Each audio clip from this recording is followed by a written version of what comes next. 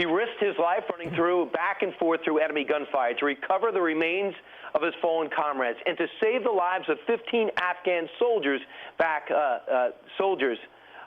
now, Sergeant Dakota Meyer will become the first living Marine in more than 40 years to be awarded the Medal of Honor for his actions, and we're talking about what happened in September in 2009.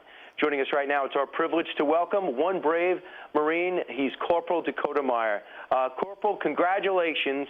You're working construction now. You're 23 years old. You're out, and the President called you? Yes, sir. I was actually out on a job site about a month ago, and the President had called me on my lunch break.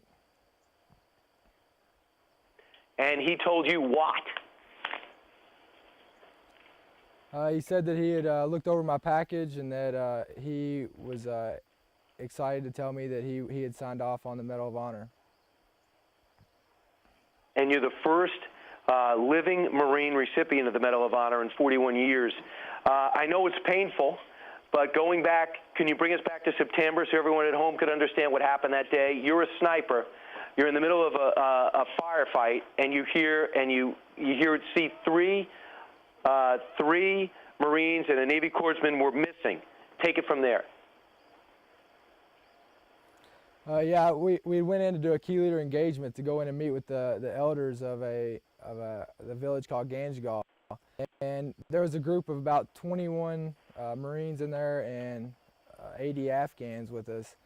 And I was sitting outside of the village with some trucks with another staff sergeant, and they ended up getting hit. And a little ways into it, air support wasn't coming in, so we decided we should go in there and try to help them get out. We made 5 trips in there, and when we got in there to find them, they had already been killed. So you were able to take the equipment off them and take action. So you went back 5 times to try to recover the bodies, and of course you tried to recover them. What about your training enabled you to put fear aside and just go into the fight like that? Yeah, it's a mixture between training and it's a mixture between just morals. You know, your brother's in there, and you know you don't leave anyone behind. And there was no time I ever thought that they would all be dead when I got in there, but you know it's just how it happened.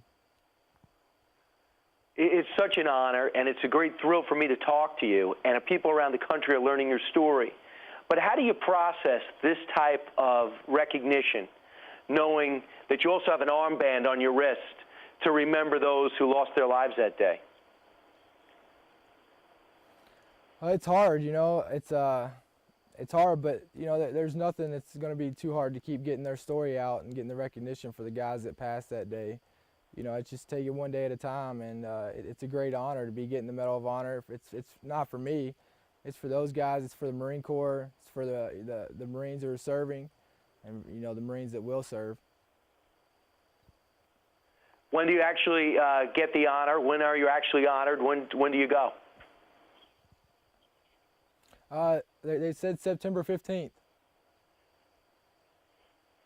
Wow, so it's coming up. I can just imagine how proud your family is and your friends are, and what a privilege it is to be recognized for something like this. Marine Corporal Dakota Meyer, thanks so much for your service, and thanks so much for what you're doing now. And that's a lucky construction company over in Kentucky that has you as an employee.